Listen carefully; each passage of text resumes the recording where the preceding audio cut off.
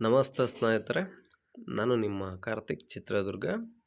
ಮೊದಲನೇದಾಗಿ ನನ್ನ ಚಾನಲನ್ನು ಯಾರ್ಯಾರು ನೋಡ್ತಾ ಇದ್ದೀರೋ ದಯವಿಟ್ಟು ಎಲ್ಲ ಸಬ್ಸ್ಕ್ರೈಬ್ ಮಾಡ್ಕೊಂಡು ನೋಡಿ ಅಂತ ಹೇಳ್ತಾ, ಬನ್ನಿ ನಾನಿವತ್ತು ಫಸಲಿನ ಹಂತದ ಅಡಿಕೆ ತೋಟವನ್ನು ಯಾವ ರೀತಿ ನೀವು ನಿರ್ವಹಣೆ ಮಾಡಿದರೆ ನಿಮ್ಮ ಅಡಿಕೆ ತೋಟ ಕೂಡ 4 ರಿಂದ 5 ವರ್ಷಕ್ಕೆ ಉತ್ತಮವಾದ ಫಸಲು ಬರೋದಕ್ಕೆ ಸಾಧ್ಯ ಆಗುತ್ತೆ ಅನ್ನೋದ್ರ ಬಗ್ಗೆ ಮಾಹಿತಿಯನ್ನು ಕೊಡ್ತಾ ಇದ್ದೀನಿ. ಇತ್ತೀಚಿನ ದಿನಗಳಲ್ಲಿ ಎಲ್ಲ ರೈತರು, ನೀರಾವರಿ ಇರ್ತಕ್ಕಂಥ ರೈತರು ಅಡಿಕೆ ತೋಟಗಳನ್ನು ತಾವುಗಳು ಕಟ್ತಾ ಇದ್ದೀರ. ಆದರೆ ಅಡಿಕೆ ತೋಟ ಕಟ್ಟೋದು ಅಷ್ಟೇ ಇಂಪಾರ್ಟೆಂಟ್ ಆಗಿರಲ್ಲ, ಅದರ ಆರೈಕೆ ಕೂಡ ಅಷ್ಟೇ ಇಂಪಾರ್ಟೆಂಟ್ ಆಗಿರುತ್ತೆ. ಎಲ್ಲ ರೈತರು ಉತ್ತಮವಾಗಿ 4 ರಿಂದ 5, 6 ವರ್ಷದೊಳಗೆ ಫಸಲು ಬರೋದಿಲ್ಲ. ಕೆಲವೊಬ್ಬ ರೈತರು ಮಾತ್ರ ಉತ್ತಮವಾದ ಫಸಲು ಬರ್ತವೆ. ಕಾರಣ ಏನಂತ ನೋಡ್ತಾ ಹೋದಾಗ, ಈ ರೈತರು ಅಡಿಕೆ ಸಸಿಯನ್ನು ನಾಟಿ ಮಾಡಿದ ಹಂತದಿಂದ ಹಿಡಿದು ಫಸಲಿನ ಬರೋ ಹಂತದವರೆಗೂ ಕೆಲವೊಂದು ಮುಖ್ಯ ವಿಚಾರಗಳಲ್ಲಿ ರಾಜಿ ಇಲ್ಲದೆ ಕೆಲಸಗಳನ್ನು ಮಾಡ್ತಾರೆ.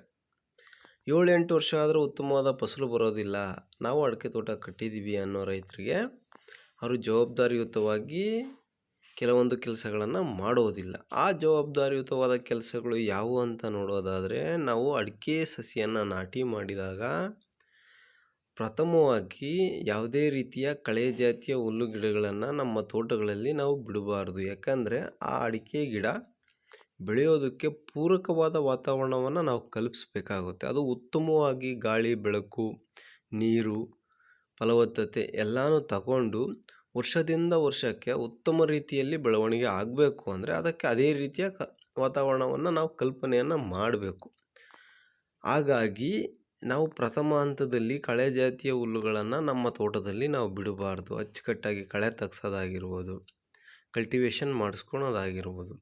ಒಟ್ಟಿಗೆ ಬಡ್ಡೆಯಲ್ಲಿ ಯಾವುದೇ ರೀತಿಯ ಕಳೆ ಜಾತಿಯ ಹುಲ್ಲು ಇರಬಾರ್ದು. ಅದು ಬೆಳೆಯೋದಕ್ಕೆ ಉತ್ತಮವಾದ ಪೂರಕ ವಾತಾವರಣ ಇರಬೇಕು ಮೊದಲನೇದಾಗಿ. ಎರಡನೇದಾಗಿ, ಸಸಿ ಗಿಡಗಳು ನೀರು ತುಂಬ ಕೇಳೋದಿಲ್ಲ ಅಂತ ಹೇಳ್ಬಿಟ್ಟು ಎಷ್ಟೋ ರೈತರು ಫಸಲಿನ ಗಿಡಗಳಿಗೆ ಹೆಚ್ಚು ನೀರು ಬಿಡ್ತಕ್ಕಂಥದ್ದು, ಸಸಿ ಗಿಡಗಳಿಗೆ ಅವಶ್ಯಕತೆಗಿನ ಕಮ್ಮಿ ನೀರು ಬಿಡ್ತಕ್ಕಂಥದ್ದು. ನೀವು ಅವಶ್ಯಕತೆಗಿನ ಕಮ್ಮಿ ನೀರು ಬಿಟ್ಟಾಗ ಅದೇನಾಗುತ್ತೆ, ಬೆಳವಣಿಗೆಯಲ್ಲಿ ಕುಂಠಿತ ಆಗುತ್ತೆ. ಬೆಳವಣಿಗೆಯಲ್ಲಿ ಕುಂಠಿತ ಆಗ್ತಾ ಹೋದಾಗ ಅದು ಇನ್ನೂ ಟೈಮ್ ತಗೊಳುತ್ತೆ ಫಸಲು ಕೊಡೋದಕ್ಕೆ. ಹಾಗಾಗಿ ನೀರಿನ ಪೂರೈಕೆಯನ್ನು ನೀವು ಅಚ್ಚುಕಟ್ಟಾಗಿ ಮಾಡಬೇಕಾಗುತ್ತೆ. ಅಬ್ಸರ್ವ್ ಮಾಡಿ, ಬೇಕಾದರೆ ನೀವು ಸಸಿ ಹಂತದಲ್ಲಿ ಇರ್ತಕ್ಕಂಥ ಒಂದು 100 ಗಿಡಗಳಿಗೆ ಸ್ವಲ್ಪ ಕಡಿಮೆ ನೀರು ಬಿಡಿ, ಉಳಿದಂಥವಕ್ಕೆ ಅಚ್ಚುಕಟ್ಟಾಗಿ ನೀರು ಬಿಡಿ. ಆ ಗಿಡಗಳ ರೂಪವನ್ನು ನೋಡಿ, ಈ ಗಿಡಗಳ ರೂಪವನ್ನು ನೋಡಿ, ಅವು ದಷ್ಟಪುಷ್ಟವಾಗಿ ಉತ್ತಮ ರೀತಿಯಲ್ಲಿ ಮೊಟ್ಟೆ ಹೊಡ್ಕೊತ ಬೆಳೀತಾ ಹೋಗ್ತವೆ. ಈ ಗಿಡಗಳು ಕೋಲಕ್ಕೆ ಹೋಗೋದು, ಬೆಳವಣಿಗೆಯಲ್ಲಿ ಕುಂಠಿತ ಆಗೋದು, ಸೊರಗೋದು ಈ ರೀತಿ ಮಾಡ್ತವೆ. ನೀರಿನ ಪೂರೈಕೆಯಲ್ಲಿ ಯಾವುದೇ ಕಾಂಪ್ರಮೈಸ್ ಇಲ್ದಲೆ ರೈತರು ಒತ್ತು ಕೊಟ್ಟು ನೀರನ್ನು ಅವಶ್ಯಕತೆಗೆ ತಕ್ಕಷ್ಟು ಬಿಡ್ತಾ ಇದ್ದಾಗ ಆ ಗಿಡ ಉತ್ತಮ ರೀತಿಯಲ್ಲಿ ಬೆಳವಣಿಗೆ ಆಗ್ತಾ ಹೋದಾಗ ಮುಂದಿನ ದಿನಗಳಲ್ಲಿ ಫಸಲು ಕೂಡ ಉತ್ತಮವಾಗಿ ಬರೋದಕ್ಕೆ ಬೇಗ ಸಾಧ್ಯ ಆಗುತ್ತೆ ಸ್ನೇಹಿತರೆ. ಮುಖ್ಯವಾಗಿ ಕಳೆ ಜಾತಿಯ ಹುಲ್ಲನ್ನು ಬಿಡಬಾರ್ದು. ಅವಶ್ಯಕತೆಗೆ ತಕ್ಕಷ್ಟು ನೀರನ್ನು ಯಾವುದೇ ಕಾರಣಕ್ಕೂ ಮಿಸ್ ಮಾಡದೆ ಕೊಡಬೇಕು. ಇವೆರಡು ಆದಮೇಲೆ ಮೂರನೇ ವಿಚಾರನ ನಾವು ನೋಡ್ತಾ ಹೋಗೋದಾದರೆ ಸ್ನೇಹಿತರೆ, ಆ ಗಿಡಗಳಿಗೆ ಅವಶ್ಯಕವಾದಂತಹ ಫಲವತ್ತತೆಯನ್ನು ನಾವು ಕೊಡಬೇಕು. ನಮ್ಮ ಭೂಮಿಯಲ್ಲಿ ಉತ್ತಮವಾದ ಫಲವತ್ತತೆ ಇದೆಯೋ ಇಲ್ವೋ ಅಂತ ನಾವು ಮಣ್ಣಿನ ಪರೀಕ್ಷೆಯನ್ನು ಮಾಡಿಸ್ಬೇಕು. ಪರೀಕ್ಷೆ ಮಾಡಿಸೋದ್ರ ಜೊತೆಗೆ ಅದಕ್ಕೇನು ಕೊರತೆ ಆಗಿದೆ ಅನ್ನೋದನ್ನು ಗಮನದಲ್ಲಿ ತಗೊಂಡು ಅದಕ್ಕೆ ಬೇಕಾಗಿರ್ತಕ್ಕಂಥ ಫಲವತ್ತತೆಯನ್ನು ನಮ್ಮ ಅಡಿಕೆ ಗಿಡಗಳಿಗೆ ನಾವು ಕೊಡ್ತಾ ಹೋದಾಗ ನಮ್ಮ ಅಡಿಕೆ ತೋಟ ಕೂಡ 4 ರಿಂದ 5 ವರ್ಷಕ್ಕೆ ಉತ್ತಮವಾದ ಫಸಲಿಗೆ ಬರೋದಕ್ಕೆ ಸಾಧ್ಯ ಆಗುತ್ತೆ. ನಾನು ಅಡಿಕೆ ಗಿಡ ನಾಟಿ ಮಾಡಿದ್ದೀನಿ, ಅದು 5-6 ವರ್ಷಕ್ಕೆ ಫಸಲಿಗೆ ಬರುತ್ತೆ ಅಂತ ಸುಮ್ಮನೆ ನೀರು ಬಿಟ್ಕೊಳೋದು, ತಿಳಿದಿಲ್ದಂಗೆ ಕಳೆ ಬೆಳೆಸ್ಕೊಳೋದು, ಅದಕ್ಕೆ ಸರಿಯಾದ ರೀತಿಯ ಗೊಬ್ಬರದ ಪೂರೈಕೆಯನ್ನು ಮಾಡದೇ ಇದ್ದಾಗ ನಿಮ್ಮ ತೋಟ 4 ರಿಂದ 5 ವರ್ಷಕ್ಕೆ ಉತ್ತಮವಾದ ಫಸಲಿಗೆ ಬರೋದಿಲ್ಲ.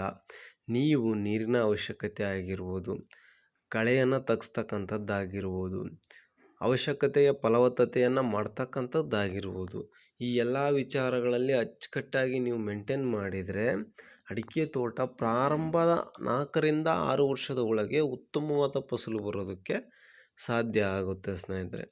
ಇವತ್ತಿನ ದಿನಗಳಲ್ಲಿ ಅನೇಕ ರೀತಿಯ ರೋಗಗಳು ಬರ್ತವೆ ಅಡಿಕೆ ತೋಟಗಳಿಗೆ. ನಿಮಗೆ ಗೊತ್ತಿದೆ, ಸುಳಿ ರೋಗ, ನುಸಿ ರೋಗ, ಮತ್ತೊಂದು ರೀತಿಯ ರೋಗಗಳು ಹೊಸದಾಗಿ ಹುಟ್ಕೊತಾ ಇದ್ದಾವೆ.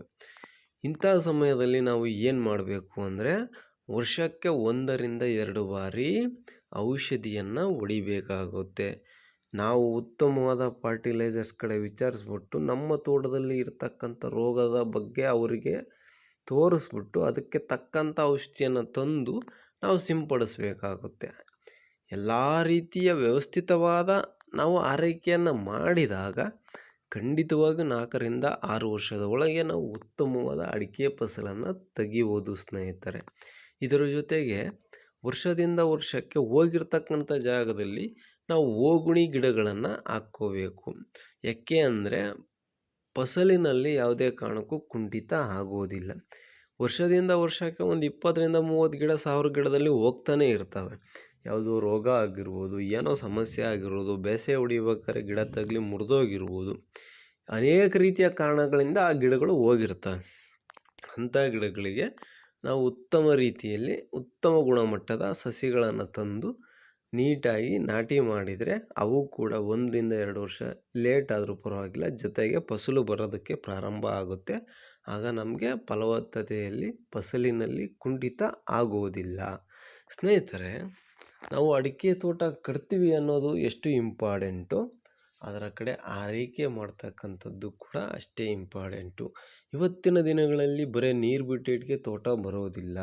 ನಾವು ಎಲ್ಲ ರೀತಿಯ ಪೂರ್ವ ಸಿದ್ಧತೆಗಳನ್ನು ಅಚ್ಚುಕಟ್ಟಾಗಿ ಮಾಡಿದರೆ ನಾವು ಉತ್ತಮವಾದ ಫಸಲು ತೆಗೆಯೋದಕ್ಕೆ ಸಾಧ್ಯ ಆಗುತ್ತೆ.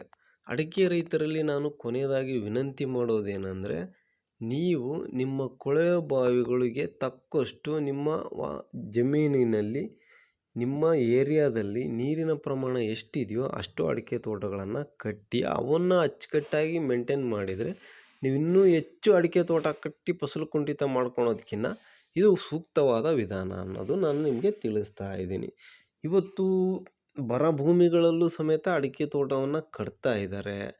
ಹಾಗಾಗಿ ಎಲ್ಲ ರೈತರು ಕೂಡ ಎಲ್ಲ ವಿಚಾರಗಳನ್ನು ಚಾಚೂ ತಪ್ಪದೆ ನಾವು ತಿಳ್ಕೋಬೇಕು.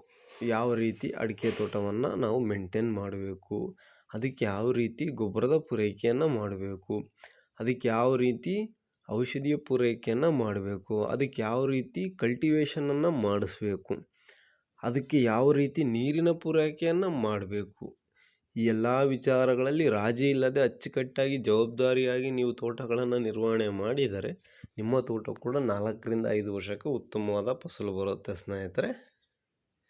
ಇಷ್ಟೆಲ್ಲ ಮಾಹಿತಿಯನ್ನು ತಮಗೆ ತಿಳಿಸಿದ್ದಾನೆ. ನಾನು ನಿಮ್ಮ ಕಾರ್ತಿಕ್ ಚಿತ್ರದುರ್ಗ. ನನ್ನ ಮಾಹಿತಿ ನಿಮಗೆ ಇಷ್ಟ ಆಗಿದರೆ ಖಂಡಿತವಾಗಿಯೂ ನನ್ನ ಚಾನಲನ್ನು ಸಬ್ಸ್ಕ್ರೈಬ್ ಮಾಡೋದನ್ನು ಮರಿಬೇಡಿ. ಇದೇ ರೀತಿಯ ಉತ್ತಮವಾದ ಅಪ್ಡೇಟ್ಗಳನ್ನು ಕೊಡ್ತಾ ಇರ್ತೀನಿ ಅಂತ ಹೇಳ್ತಾ ಧನ್ಯವಾದಗಳು ರೈತ ಬಾಂಧವರೇ. ಹರೇ ಕೃಷ್ಣ.